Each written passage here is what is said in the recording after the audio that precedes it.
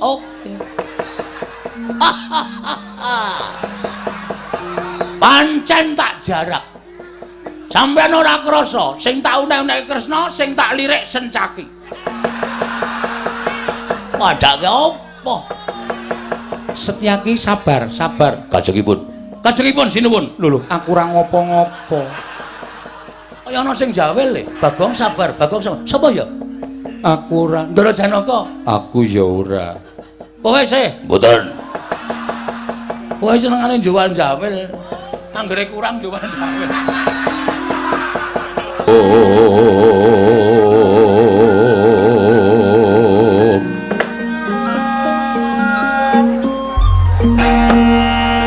Koko Prabu ndadosaken kagiat raos sing manah dereng ngantos purnanggen kula nampi pangandika paduka menika kadidene swanipun Panakawan sareng kula tilingaken radi pangling krana busananipun sami murwat menika mboten pangling rak Bagong jagat Dewa Bathara jagat Pangestungkara lah kok ora kaya sabene Bagong genep tata kramamu kowe nganggo busana kejawen mongko komplit kaya mengkono inggih Yayi menika ingkang abdipun Panakawan Bagong padha rarja sak praptamu Panakawan nonamit pasang kaliman tabe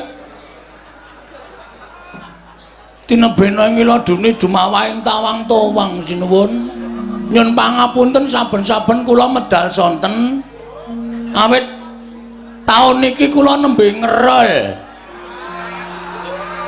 pendak-pendak disuwuni Bagong medal sonten mongko kula seneng nek kula dal kenjing mengkono Bagong mekaten inggih kok malang kerik lali nggih kowe nganggo busana kejawen komplit syukur-syukur Bagong yen to isa yasa nyilih oh nyewa nggih lah niki ra ketara to ikete sesak sinuwun niki sirah kula ukuran 94 kok kuwi sirah apa genthong kowe karena nggih gedhe sirahe niku cerdas iya ikete ukuran 26 dadi ming cilik kaya susu emprit ning mboten napa-napa semua niat kula pancen sowan ngersanipun Sinuwun Prabu Darmawangsa Darma Kusuma menika supados sampun ngantos ngisi-sini Bagong menika ya duwe tata krama ora Bagong menika kok dianggep wong sing gleleng wong sing ndao lan sak piturute iya Bagong sembah bektos kula kunjuk iya tak tampa bekti aja dibasake bektos nun nggih pangestuku tampanana kula pundhos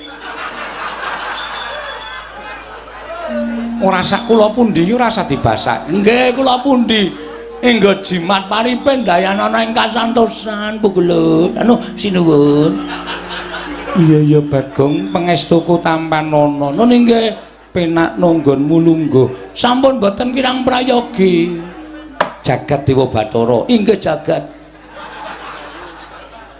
Bagong padha rarja sapraptamu pangestunipun Sinuwun Prabu Ndawarawati wilujeng niring Sambikala Prabu Sri Bathara Kresna iya bukti kula konjuk sinuwun iya Bagong tak tampa pangestuku tampanana kula pundi nggo jimat paripe dayanana ing kasantosan panipitu paduka amawahana indak ing gesang kula po sinuwun iya Bagong iya prayoga nunggonmu lungguh sampun boten kirang sekeca wah sapa iki Gus Sinunganu Ndara Werkudara ndeng lali aku Bagong Badararja sapraptamu ngatunipun Ndara Werkudara wilujeng bekti kula kunjuk nggih Den yo Bagong pangestuku tampanana nun inggih yen iketmu sesak sesuk ning nggon aku oh nggih mesti padha karo aku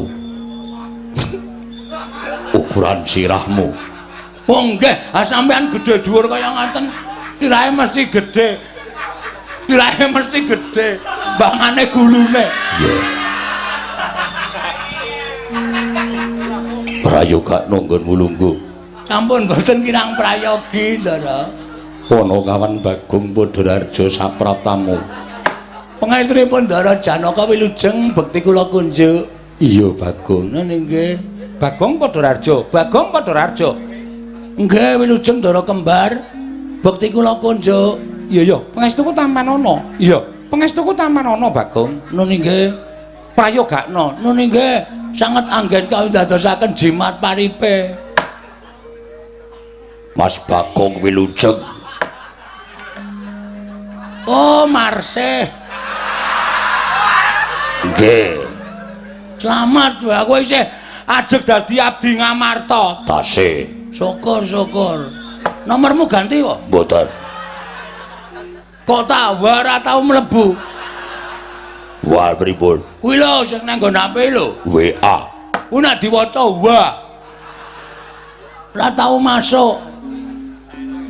Gantos kertu. Yo aku ngabari aku kok nek ana perlu-perlu apa-apa kan iso sambung antaraning kowe karo aku. Nggih, dipun prayogaken panjenengan ngangge busana Jawa menika dipun sawasake mriki ketok bagus. Ketok langkung ganteng semorot cahyanipun. Nggih ming cangkeme kekamban. Wah, cipol.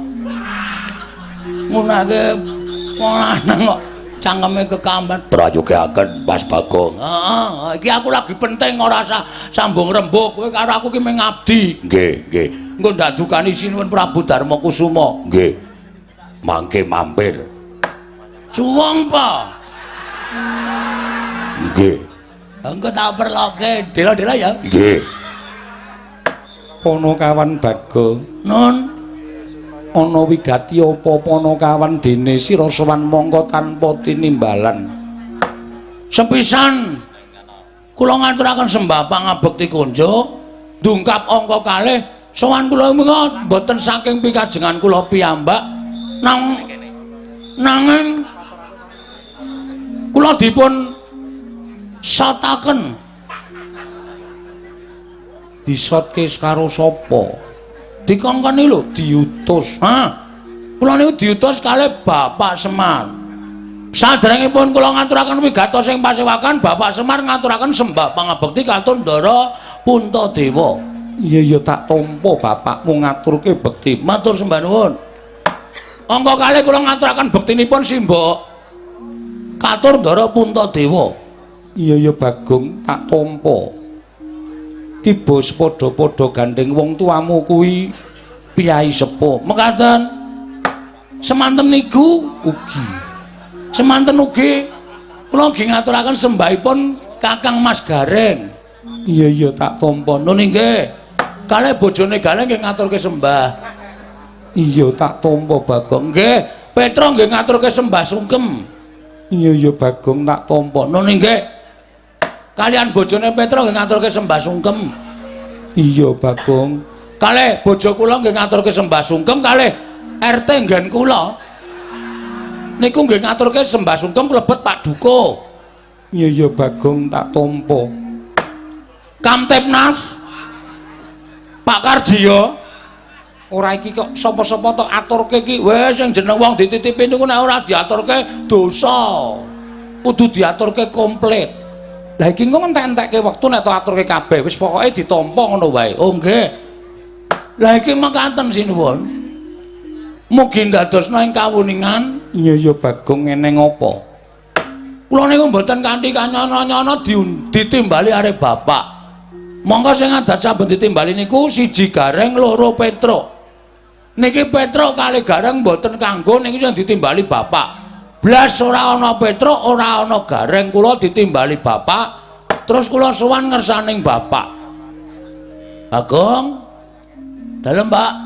Nuwun sewu kula nirokke ngendikane bapak nggih. Iya Bagong. Nggih. Mengke ndak dikira kula niku nyatut omongane bapak mengke ndak dosa. Iya Bagong. Sak banjure piye? Ana apa, Pak? Ora ana apa-apa. Kula niki ngenirokke omongane bapak. Oh, lara ngerti kok yo. Wis parah iki. Ngaten. Ana apa, Pak? Ngoten. Ampun semaur. Ora. Ngaten niku. Blegegek ku gek sadurita. Mel. Bagong. Kowe anakku sing ora tau tak kongkon, dina iki tak kongkon. Kongkon teng pundi, Pak? Kula matur ngoten tuh Bapak paring pangandikan. Sowana pepundhenmu Pandhawa. Oh nggih. Merga dina iki aku duwe niat, aku duwe kekarepan ya kuwi pengen mbangun Pura Kencana. Bangun Pura Kencana. Nggih. Tegese bapakmu bakal gawe wewangunan sing endah. Ampun salah tampa. Kula niku waune ya ngertine wah, bapak arep bangun omah. Bapak arep bangun wewangunan sing apik merga jenenge we Pura Kencana. Pura wis ngarani papan, Kencana niku Mas Jamrut Hergeni Mutiara sing ngembane kaya Kencana. Wah, kula wis mbayangke nek omahe bapak niku bakale magrong-magrong. Ha jebolane ya. Jebulane yo ki apa? Jebulna niku bapak ora mbangun papan sing magrong-magrong, ning bapak niku ngendikane ngenten iki. Aja salah tampa, Bagong. Aku bangun Pura Kencana kuwi ora kok papan sing magrong-magrong dumadi saka Mas Mutiara Jamrut Hergeni kuwi ora. Pura Kencana ki mung papan sanepa, pura kuwi papan, Kencana kuwi becik. Sing jeneng lemah sing apik mesti diembake kali anu ukarane nganggo sarwa mas. Siti mas kuwi lemah sing subur. Mula aku mbangun Pura Kencana kuwi kepengin bangun papan sing apik, sing becik, adoh saka regejegan, adoh saka suker sakit. Ora ana padha regejegan, ora ana padha plirik-plirikan, ora ana wong sing padha sikut-sikutan. Papan kuwi kanggo papan katentreman, papan kerukunan lan papan pesrawungan. Ngaten. Oh, dadi kabeh mau mung sanepa. Mekaten inggih. Iya Bagong sak banjure. Lah terus wigatos kula sowan teng ngene Sinuwun Prabu Darmakusuma napa, Pak? Nah, ngene. Piye Bagong? Kowe tak kongkon sowane Sinuwun Prabu Darmakusuma kuwi supaya nyuwun ngampil syarat srana supaya apa penjangkaku kuwi bakal kelakon. Syarat sranane apa? Jane nggih awrat ning kepripun melih wong sing kongkon bapak, ayo kepeksa kula matur kan sampean dalem ingkang Sinuwun Prabu Puntadewa. Iya ora dadi ngopo Bagong. Puntadewa ngrumangsani bisane kaya ngene merga bapakmu. Bisane mukti ya merga bapakmu. Bapakmu ngomong Pandhawa wiwit kuncung nganti gelung, wiwit jabang nganti celaprang. Mongko Puntadewa sak kandhang durung tau males kabecikane wong tuamu. Mula dina iki dadi srana nggonku bakal males kabecikaning wong tuamu nadyan durung sak traju lan durung sak bobot kelawan keluwihaning wong tuamu Bagong. Matur sembah nuwun. Maragage matura wigatine apa sarta nyuwun ngampil apa? Apa prabeya? Mboten duit. Iya, mboten panjenengan mboten presa nek saniki Semar niku wis kecukupan. Iya, Wis cukup menderita. Iya Bagong. Nggih. Niku wis suwe. Iya. Iya aku wis ngerti. Nggih. Ah, sing dibutuhke niku mboten kok perkara bondo pramnata cicis. Alon-alon Bagong ora sah kesusun. Ngono nggih. Karang cangkeme kejembaren e. Nek arep muni niku sok ketekuk-tekuk. Iya. Mboten perkara brana picis Prabaya. Jamrut Hergeni menika mboten, nanging pusaka Ngamarta Tetiga. Isih tenang. Durung ana reaksi apa-apa. Pusaka Ngamarta Tetiga inggih menika setunggal tumbak apa ya?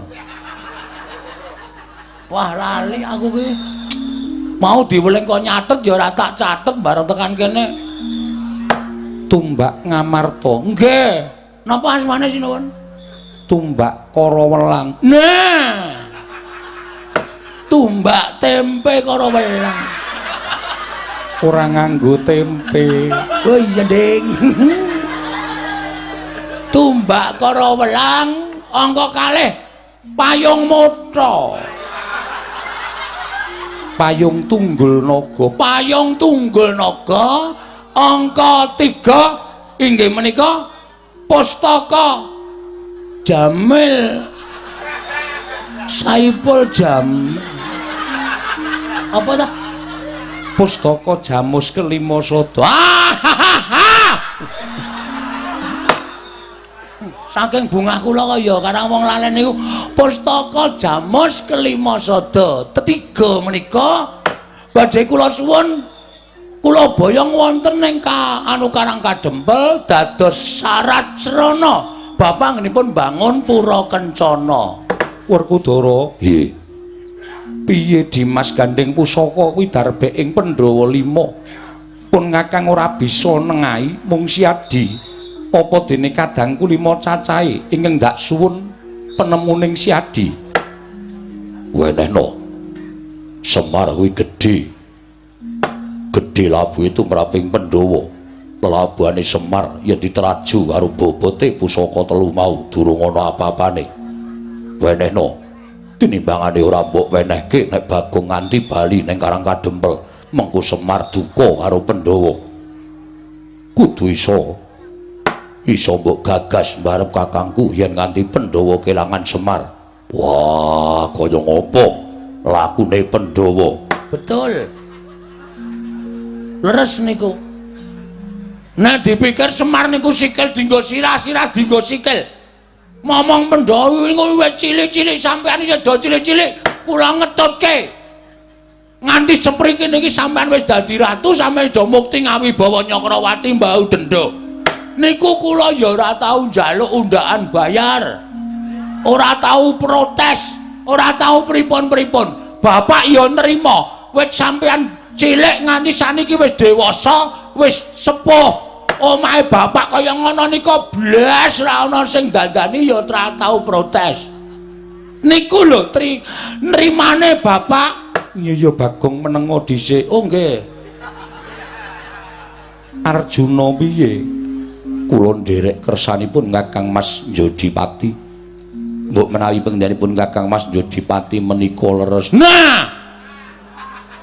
Niku ya cocok. Bagong Dalem menengo dhisik. Wah, cangkemmu iki kaya omong wae to ya. Nek kula Sedewa, kula ndereke mawon Prabu, kula ndereke mawon. Leres kendhanipun Kakang Mas Werkudara. Menawi ngantos Koko Prabu menika wel maringaken pusaka ketiga menika kala wau, ajrih kula menawi kogel kagelan manahipun Kyai Semar tumunten nilar dhateng para Pandhawa. Lajeng kados pundi polahipun para Pandhawa? Bagong, wektu dina iki apa ingin dadi aturing kadang-kadangku kabeh wis sarujuk. Mula yen to kowe mbutuhake pusaka Ngamarta 3, tumbak Karawelang payung Tunggul Naga, pustaka Jamus Myang Jimat Kelima Sada, mara boyongan marang Karang Kadempel. Jeneng ingsun ora bakal owel sarta ora bakal anggrundel. Panakawan Bagong. Yayi, kula wonten dawuh. Kula nuwun sewu.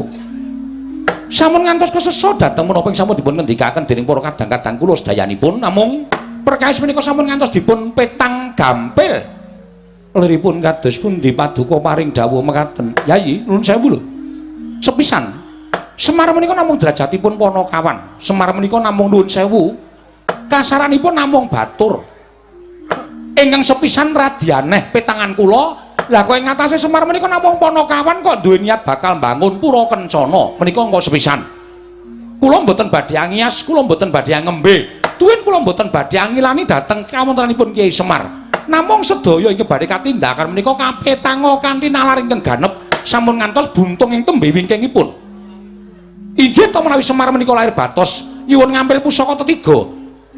Menika lair batos kinarya syarat sarana mbangun Pura Kencana, nanging nuwun sewu. Pemanggihipun tiyang gesang wonten ing alam Padang menika owah gingsir. Inggih menawi Semar menika kala wau nuwun sewu wonten manah salebetipun penggalipun Kiler Semar yen to wis jeleh dadi wujuding Panakawan tumunten badhe kepengin mindhak pangkatipun, tumunten badhe kepengin mindhak derajatipun sarana nyuwun ngampil pusaka tetiga ing pengangkah supados sak mangke saged ngembari dhateng panguwasipun para Pandhawa lan saged mukti ngawibawa Nyakrawati mbau denda tanpa beda kaya dene para Pandhawa. Mila pusaka menika menawi para Pandhawa maringaken kula nuwun sewu, kula ingkang badhe anggondheli Yayi Prabu tasih nganggep ing raka menika pengayomanipun para Pandhawa. Kula nuwun sewu lho, kula ingkang gondheli pusaka tetiga menika Yayi Prabu.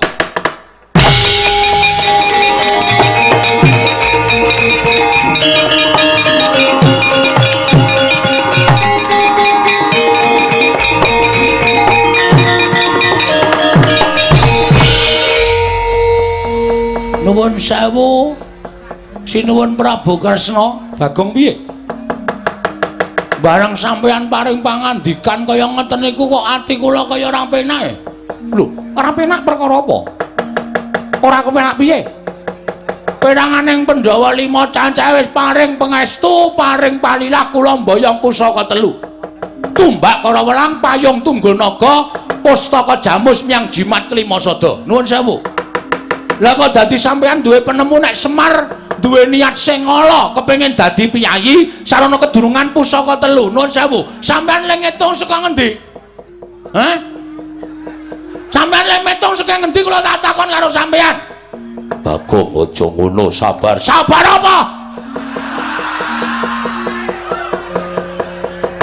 Kula nganggo sandangan apik-apik kaya ngene iku niat kula tata krama, niat kula sing apik-apik.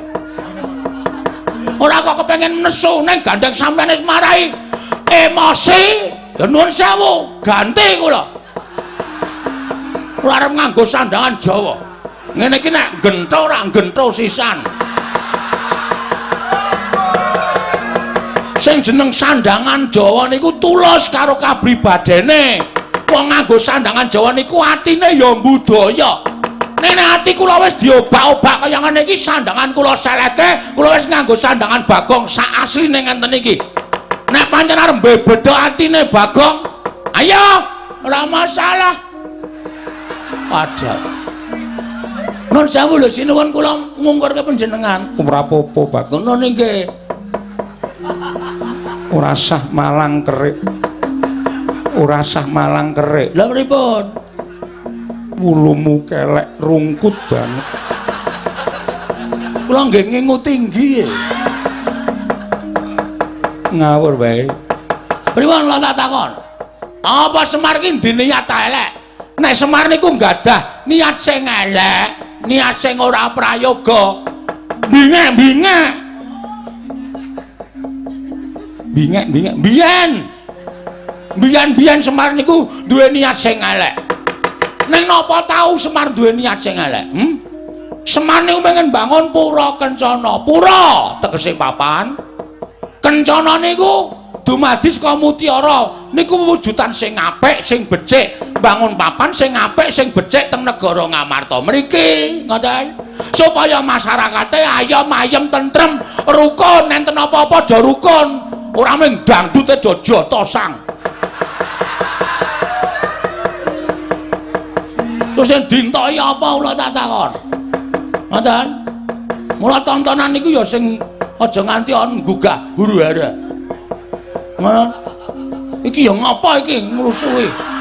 Kok wayangan kok lagi nesu templeki walang. Munggo walang kayu tak emplok kowe. Ngono. Dadi kowe ora usah macem-macem nek sampean ngarani Semar arep mindah elek karo Sinuwun Prabu Darma Kusuma lan sak Pandhawane. Niku ategesan ateges. Ateges niku ora pati seneng nek tegesan kula seneng. Ada tegese sampean padha karo ngilani dadane Semar. Sane ngene. Nek sampean ngunekke Semar kaya ngeten niku kula tak bali nang Karang Kadempel. Terus kula tak omong karo Semar, "Mir, aku jane entuk gawe. Ning ana sing ngalang-alangi." Sapa sing ngalang-alangi? Sing ngalang-alangi Prabu Kresna. Kowe dianggep kepengin duwe derajat pangkat kaya wong Pandhawa. Mula kepengin kenggonan pusaka Ngamarta 3. Kresna kok dadi ucape kaya ngono. Tak luruke ning Darawati. Wani Pak karo Bapak. Wani ye. Muni wani tak du saiki kowe.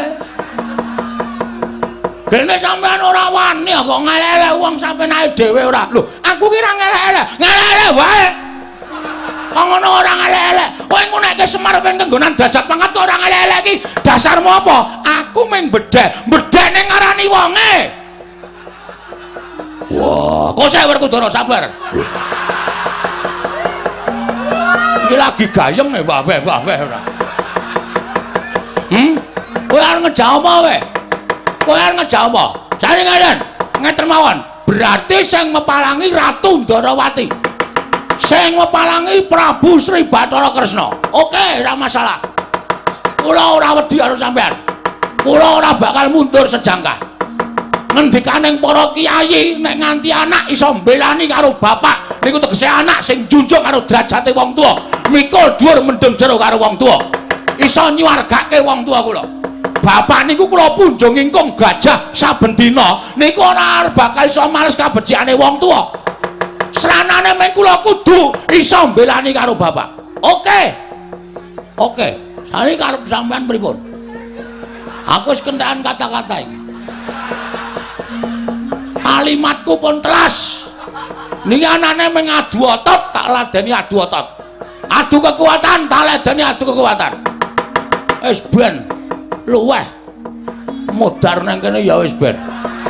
Kemropok tenan pikir aku iki. Nek carane kaya ngene lara atiku. Bapak dunekke kaya ngono. Karepe piye? Ayo wang-wangsulan. Aja meneng wae. Wang-wangsulan ngeten iki Bagong. Metu njaba. Ngoten.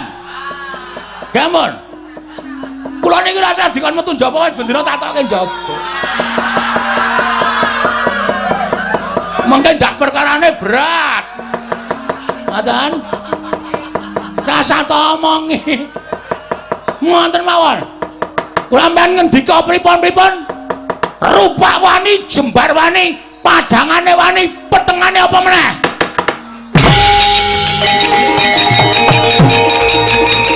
Kudus.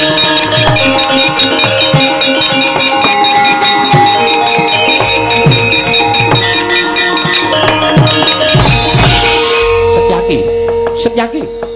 Siraman nganggo tirtaning kesabaran aja ngono Setyaki. Dimas sing sabar. Kanjengipun. Kula Prabu menika sembahan kula. Nek Kula Prabu dicecamah dening wong kono-kono, kula ora nrimake sing nyamah upamane sak pepadaning ratu menika pantes ning derajate ngaceplik menika namung batur. Ucape kok ndrewili kaya grojokan ngreweteh kaya bedhe sewu napa pategalan. Nek boten kula sing nandingi ora bakal rampung-rampung. Oke.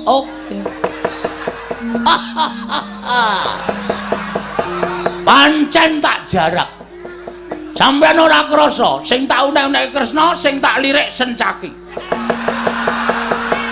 Padake apa? Setyaki sabar. Kajengipun sinuwun. Lho, aku ora ngopo-ngopo. Kaya ana sing jawel le. Bagong sabar. Sapa ya? Aku ora. Ndara Janaka. Aku ya ora. Kowe sih? Mboten. Kowe senengane jual jawel. Anggere kurang jual jawel. Niatipun pripun? Kula wis ngerti kok sampeyan mesti mbelani Ratu Gusti sampeyan. Bagong kowe mau nantang muni piye? Waduh lali. Mau saiki tahu roti. Nek mau kon baleni wis ora iso. Yen bar nantang Koko Prabu, mungsuhe dudu Koko Prabu. Lho, sapa? Mungsuhe Setyaki. Ayo dijajal Bagong karo Setyaki menang sapa? Kowe iso ngalahke Setyaki. Kena adu arep karo Koko Prabu, ning kowe ora iso ngalah Setyaki. Aja takut dosa, bali mung kari jeneng. Ngono yo. Iki serius iya iki. Iki tenan iya iki. Iki ora guyon lho. Nek tantangane wis kaya ngono kuwi tantangan sing tenanan. Ora masalah. Apa dianggap aku wedi karo sampean? Ngendi papane wong ngasut?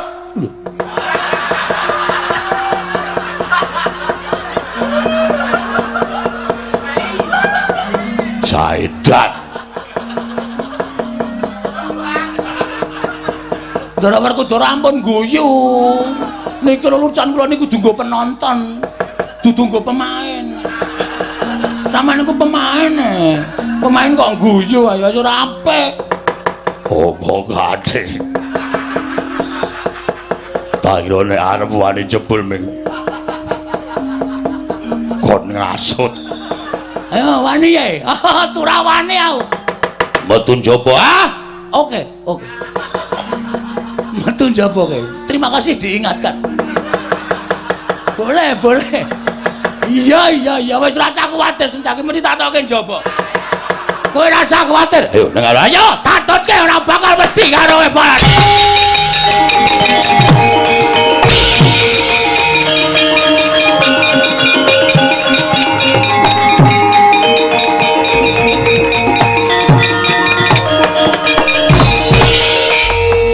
Tintrim madyaning Pasewakan negari Ngamarta. Nalika semanten kaperbawan kamurkaning Ki Lurah Bagong miwah Raden Haryo Setyaki. Dadak sakoling mangke kaya ana kaeloaning jagat. Mengker Ki Lurah Bagong mijil saking pagedhongan pusaka nenggih tumbak para welang payung tungganaga pustaka Jamus Klimasada tut wuntat tindake Ki Lurah Bagong.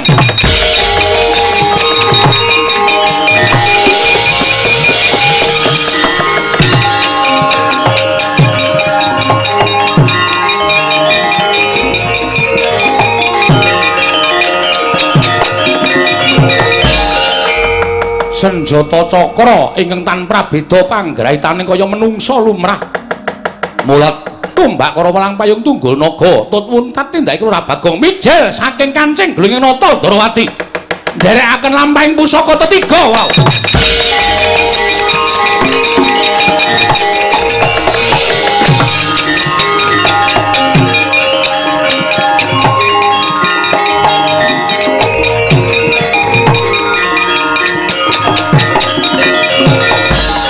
Tresna sinayeng manggelung mintonaken Dewi Kramanira kanggo mitiraning asta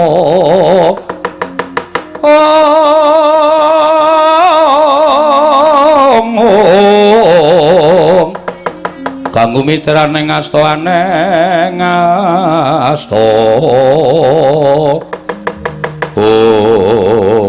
Koko Prabu dumados sing daredah menika inggih krana paduka Kanjeng Koko Prabu. Mila saged mboten saged perkawis menika kedah paduka ingkang anyirep dhateng kamurkanipun Panakawan Bagong. Nokna nistaken dawuh Arjuna wonten dawuh. Ayo nderek pun Kakang aja nganti iki dadi perkara ingkang gedhe. Monggo Koko Prabu kula dherekaken. Ayo Yayi.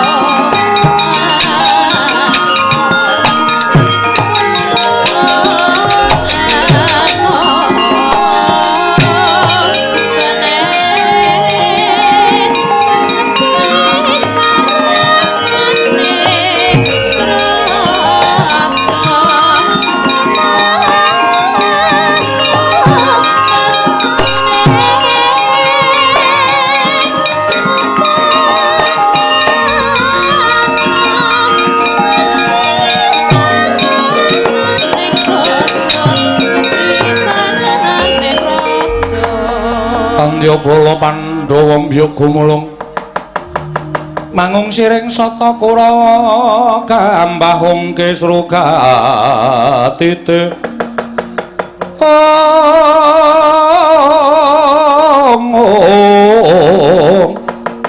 Merut layut sagung Praratu Sang Sutama Yayi Ragil ana apa dene banjur mabukuh ana ngarsaning pun Kakang nggih Koko Prabu mugi andadosna ing kawuningan. Menapa Koko Prabu mboten sumurup kaelokan ingkang dumados wonten negari Ngamarta? Ana apa Sedewa? Sajak wigati kaelokan sing endi? Dene kowe matur ngersaning barep kakangku. Iya, Kamas. Nuwun sewu. Kula piyambak ugi gumun namung emanipun ingkang sumerep lah kok namung kula piyambak ketitik. Saparipurnanipun lampan menika teka mboten dipun rembag dening Kanjeng Koko Prabu miwah Kakang Mas Jodipati. Kaelokan apa Dimas? Sareng mengkeripun Bagong kula sumerep wonten ing antariksa wonten cahya 3 cacahipun mongko menika sareng kula taliti jebul cahyanipun pusaka Ngamarta. Inggih menika tumbak kala welang payung tunggul naga miwah pustaka jamus miang jimat 5 sada. Nyata pusaka menika cariyosipun benjang dumados duk nalika semanten dumados saking para nalendra ingkang digdaya. Mila panggraitanipun lan prabéda kados dene titah swantah. Mbok menawi sami ngleresaken menapa ing dados penjanganipun Lurah Semar ketitik pusaka nalika semanten kumleyang piyambak tutwuntat lampahipun ki Lurah Bagong Koko Prabu.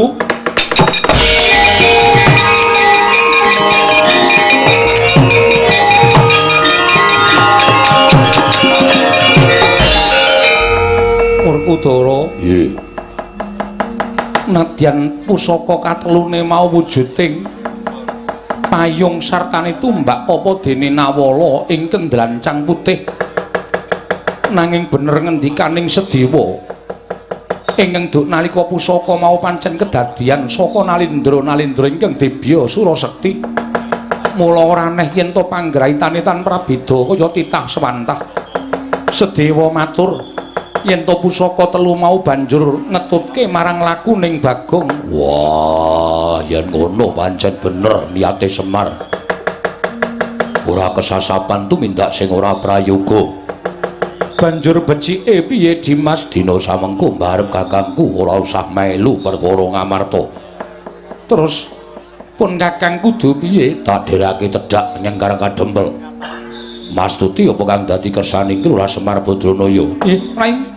Ingkang rayi pun wragil matur kula jumurung dhateng kersanipun Kakang Mas Jodipati Koko Prabu mengkono yayi. Inggih. Ya to yen pancen kaya mengkono nekula Sedewa sira ingkang ndak dawuh supaya mranata marang negara Ngamarta aja nganti geger awit pangamuking Bagong apa dene kadangku Dimas Haryo Setyaki kabeh sirepen mangsa baranggon kira mbudidaya kula ning staken dawuh Werkudara. Nggih. Tata-tata budal marang Kadempel. Ya, ayo tak dhereke barep kakangku. Sedewa babar pisan budhanu kang padha sibu. Jeneng ingsun Arsa kundur ngedaton. Kawula ana ning staken dawuh. Parmadal pasilan sing ati-ati aja kaya bocah cilik. Dimas Sedewa. Purna gatine maranggilan. Sang Dasa kundur ngedaton jlok saking dambar kencana kinapit gambaran gading kadheraken sangganing peromban cedhi manggung ketanggung japa paloro. Ingkang sami ngambil upacaraning keprabon. Kawis-kawis tinggal saking Mandra tindaknya Sri Naralata katinon saking Mandrawa kaya tansah ngerang penggali sang nata wau.